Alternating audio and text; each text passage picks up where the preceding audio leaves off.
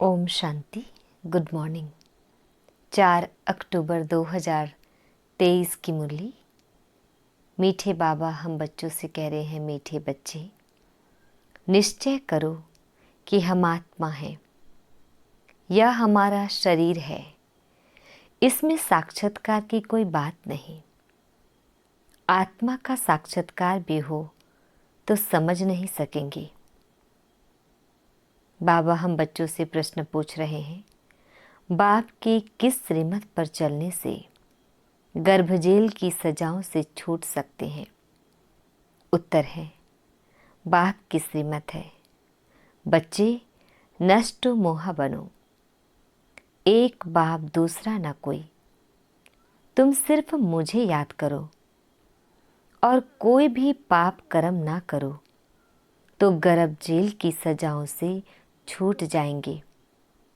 यहाँ तुम जन्म जन्मांतर जेल बर्ड बनते आए, अब बाप आए हैं उन सजाओं से बचाने। सतयुग में गर्भ जेल होता नहीं। ओम शांति। रूहानी बाप रूहानी बच्चों को समझाते हैं आत्मा क्या है और उनका बाप परमात्मा कौन है। इसे फिर से समझाते हैं क्योंकि यह तो है पतित दुनिया। पतित हमेशा बेसमझ होते हैं, पावन दुनिया समझदार होती है। भारत पावन दुनिया अर्थात देवी देवताओं का राज्य था। इन लक्ष्मी नारायण का राज्य था। बड़े धनवान सुखी थे, परंतु भारतवासी इन बातों को समझते नहीं। बाप परम पिता अथवा रचता को ही नहीं जानते। मनुष्य ही जान सकते हैं, जानवर तो नहीं जानेंगे ना। याद भी करते हैं, हे परम पिता परमात्मा, वह पारलौकिक फादर है। आत्मा याद करती है अपने परम पिता परमात्मा को। इस शरीर को जन्म देने वाला तो लौकिक फादर है और वह परम पिता परमात्मा है, पारलौकिक फादर, आत्माओं का बाप। मनुष्य लक्ष्मी नारायण की पूजा करते हैं, समझते भी हैं यह सतयुग में थे और राम सीता त्रेता में थे। बाप आकर समझाते हैं, बच्चे तुम मुझ पारलौकिक बाप को जन्म जन्मांतर याद करते आए हो। गॉड फादर तो जरूर निराकार हुआ ना। हमारी आत्मा भी निराकार है ना। यहाँ आकर साकार बने हैं। या थोड़ी सी बात भी कोई की बुद्धि में नहीं आती। वह तुम्हारा बेहद का बाप रचयिता है। पुकारते हैं, तुम मात पिता हम बालक तेरे, तुम्हारी कृपा से सुख घनेरे। आपके हम बनते हैं तो हम स्वर्ग के मालिक बनते हैं। फिर आपको भूलने से नरक के मालिक बन जाते हैं।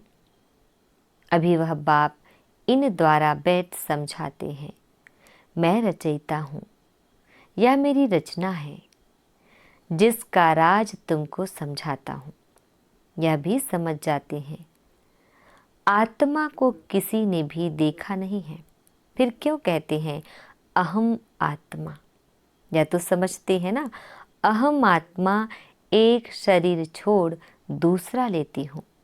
महान आत्मा पुण्यात्मा कहते हैं ना। निश्चय करते हैं हम आत्मा है, यह हमारा शरीर है। शरीर विनाशी है, आत्मा अविनाशी है। उस परम पिता परमात्मा की संतान है। कितनी सहज बात है। परंतु अच्छे अच्छे बुद्धिवान समझ नहीं सकते। माया ने बुद्धि को ताला लगा दिया है। तुमको अपनी आत्मा का ही साक्षात्कार नहीं होता है।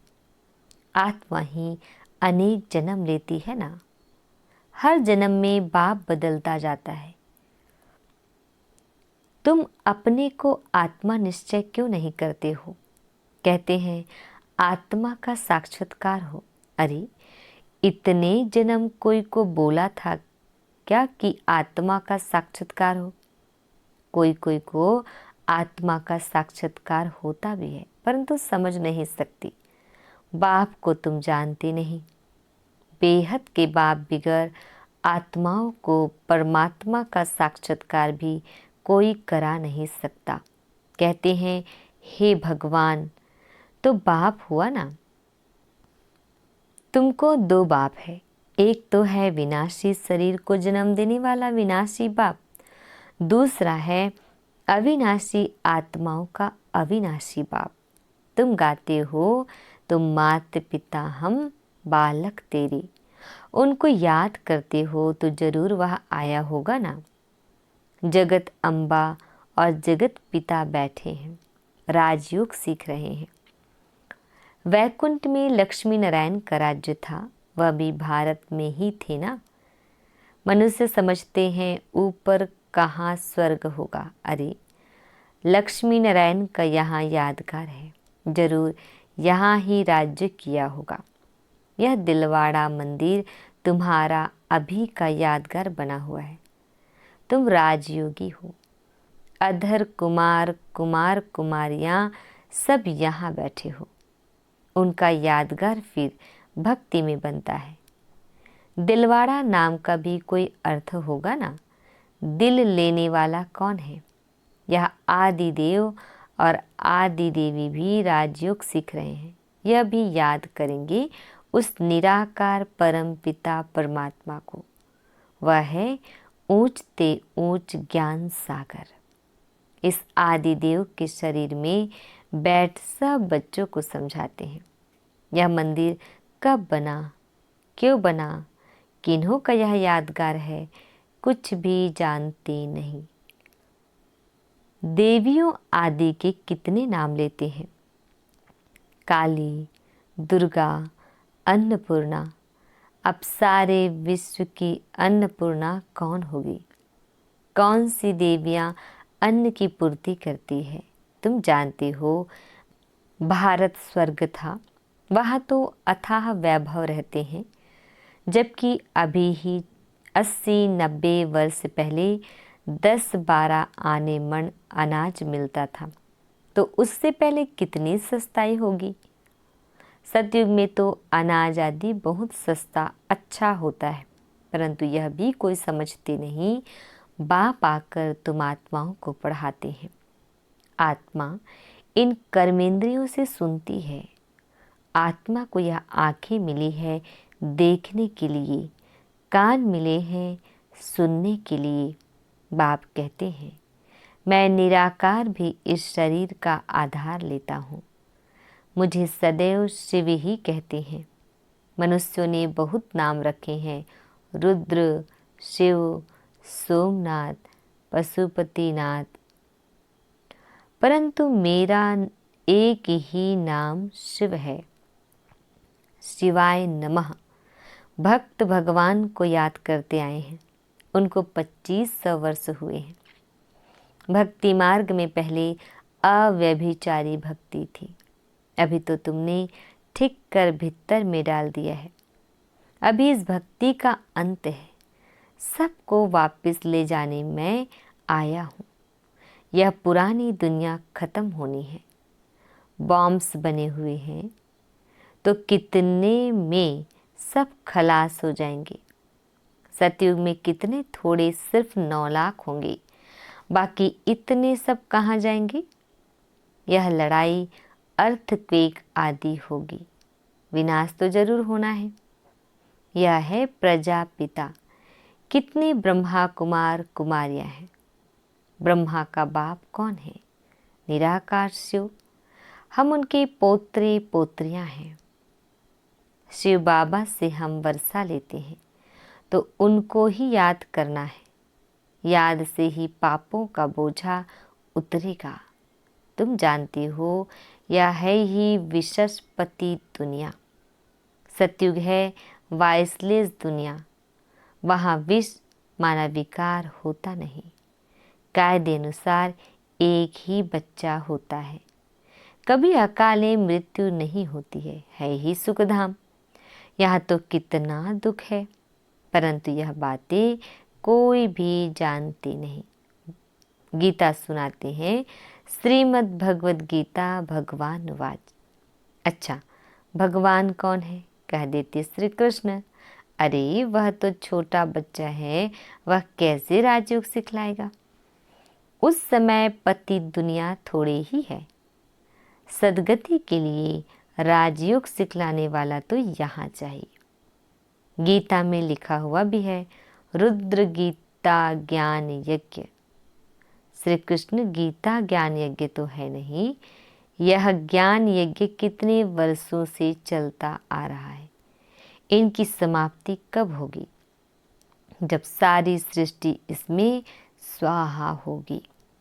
यज्ञ जब समाप्त होता है तो उसमें सब कुछ स्वाहा करते हैं ना। यह यज्ञ भी अंत तक चलता रहेगा। यह पुरानी दुनिया खत्म होने वाली है। बाप कहते हैं, मैं कालों का काल हूँ, सबको लेने लिए आया हूँ। तुमको पढ़ा रहा हूँ कि तुम स्वर्ग के मालिक बनो। तुम जानते हो इस समय सभी मनुष्य मात्र हैं। सदा दुर्भाग्यशाली सतयुग में थे सदा सौभाग्यशाली। यह फर्क सबको समझना है। यहाँ आते हैं तो अच्छी रीति समझते हैं, फिर घर जाते हैं तो सब खलास हो जाता। जैसे गर्भ जेल में अंजाम माना वायदा कर आते हैं, हम पाप नहीं करेंगे। बाहर निकलते हैं तो फिर पाप करने लग पड़ते हैं। जेल बर्ड होते हैं ना, इस समय जो भी मनुष्य मात्र है सब जेल बर्ड है। घड़ी घड़ी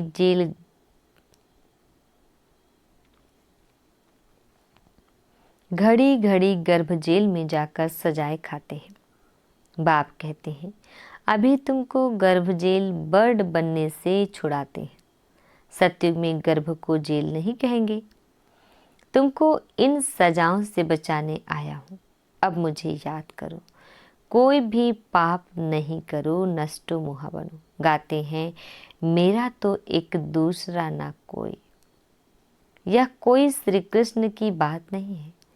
श्री कृष्ण तो 84 जन्म ले अब आकर ब्रह्मा बना है, फिर वही श्री कृष्ण बना है। इसलिए इस शरीर में ही प्रवेश किया है। यह बना बनाया ड्रामा है। अभी भगवान यह सूर्यवंशी चंद्रवंशी राजधानी स्थापन कर रहे हैं।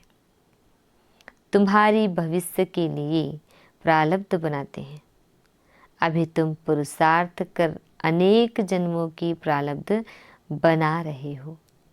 बेहद के बाप द्वारा, जो बाप स्वर्ग का रचयिता है। यह बातें समझने की है। ड्रामा में हर एक एक्टर का अपना अपना पार्ट है। इसमें हम क्यों रोए पीटे? हम जीते जी उस एक बाप को याद करते हैं। इस भक्ति की भी हमको परवाह नहीं है। यह पुराना शरीर छूटे और हम बाबा के पास जाएं। इस समय तुम भारत की कितनी सेवा करते हो। तुम्हारे ही नाम गाए हुए हैं, अन्नपूर्णा, दुर्गा, काली आदि आदि। बाकी काली कोई ऐसी भयानक शक्ल वाली व गणेश सूंठ वाला थोड़े ही होते हैं। मनुष्य तो मनुष्य ही होते हैं। अब बाप समझाते हैं, मैं तुम बच्चों को इन लक्ष्मी नारायण जैसा बना रहा हूँ। तुम निश्चय करो, हम बाबा से वर्षा ले रहे हैं। फिर भविष्य में जाकर प्रिंस प्रिंसेस बनेंगे। बाप जो स्वर्ग का रचयिता है, उनको कोई भी नहीं जानते। जगदम्बा को भी भूल गए हैं, जिसका मंदिर बना हुआ है। अभी वह चैतन्य में बैठे हैं। कलयुग के बाद फिर सतयुग होना है। विनाश के लिए मनुष्य पूछते हैं, अरे पहले तुम पढ़कर होशियार तो हो जाओ। महाभारत लड़ाई तो बरोबर हुई थी, जिसके बाद ही स्वर्ग के द्वार खुले थे। तो अब इन माताओं द्वारा स्वर्ग के द्वारा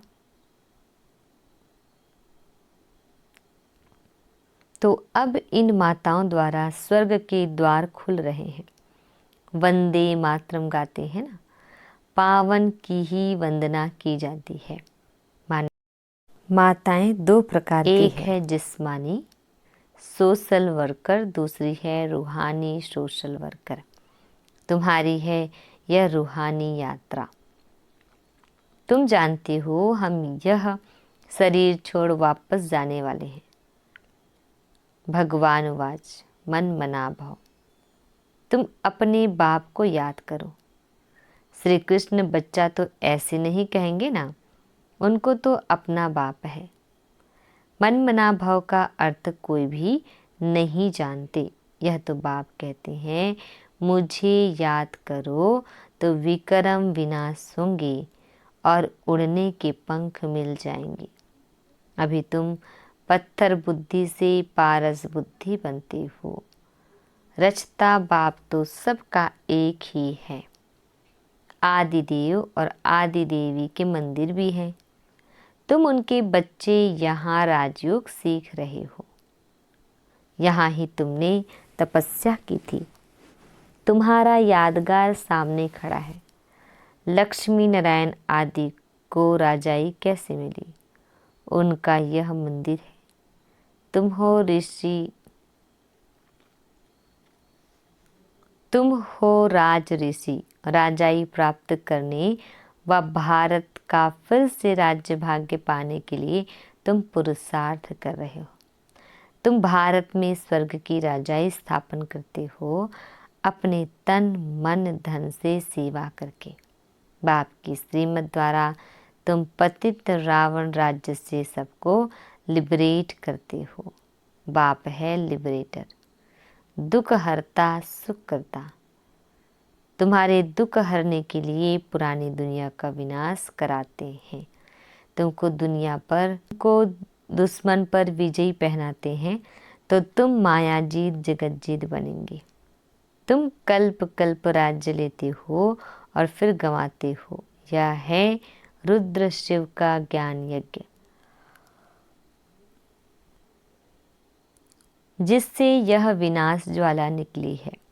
वह सब विनाश हो जाएंगे और तुम सदा सुखी बन जाएंगे। दुख शुरू होता है द्वापर से। बाप कहते हैं, मैं आकर नरकवासियों को स्वर्गवासी बनाता हूँ। कलयुग है वेश्यालय, सतयुग है शिवालय। तुम बेहद के बाप से स्वर्ग के मालिक बनते हो तो यह खुशी का पारा चढ़ना चाहिए ना। अच्छा, मीठे प्यारे बाबा हम बच्चों को विश कर रहे हैं। मीठे मीठे सिकिल दे बच्चों प्रति माता पिता बाप दादा का याद प्यार और गुड मॉर्निंग। रूहानी बाप की रूहानी बच्चों को नमस्ते। हम रूहानी बच्चों की रूहानी बाप दादाजी को याद प्यार गुड मॉर्निंग और नमस्ते नमस्ते नमस्ते। शुक्रिया मीठे प्यारे बाबा, शुक्रिया। धारणा के लिए मुख्य सार है। फर्स्ट पॉइंट है, जीते जी बाप को याद कर वर्षे का अधिकार लेना है। किसी भी बात की परवाह नहीं करनी है। सेकंड पॉइंट, श्रीमत पर अपने तन मन धन से भारत को स्वर्ग बनाने की सेवा करनी है और सबको रावण से लिबरेट होने की युक्ति बतानी है। वरदान है, योग ज्वाला द्वारा विश्व के कीड़े को भस्म करने वाले विश्व परिवर्तक भव। डिटेल है, योग ज्वाला अर्थात श्रेष्ठ संकल्पों की शक्ति व लगन की अग्नि द्वारा ही अपवित्रता रूपी किचड़े को भस्म कर सकते हो। जैसे देवियों की यादगार में दिखाते हैं कि ज्वाला से आसुरी शक्तियों को खत्म कर दिया। यह यादगार अभी का है। तो पहले ज्वाला रूप बन आसुरी संस्कार स्वभाव सब कुछ भस्म कर संपूर्ण पावन बनो, तब योग और पवित्रता की ज्वाला से विश्व की किचड़ी को भस्म कर विश्व परिवर्तन के निमित्त बनेंगे। स्लोगन: आज्ञाकारी वह है जो मनमत परमत से मुक्त रह सदा श्रीमत पर चलता है। ओम शांति।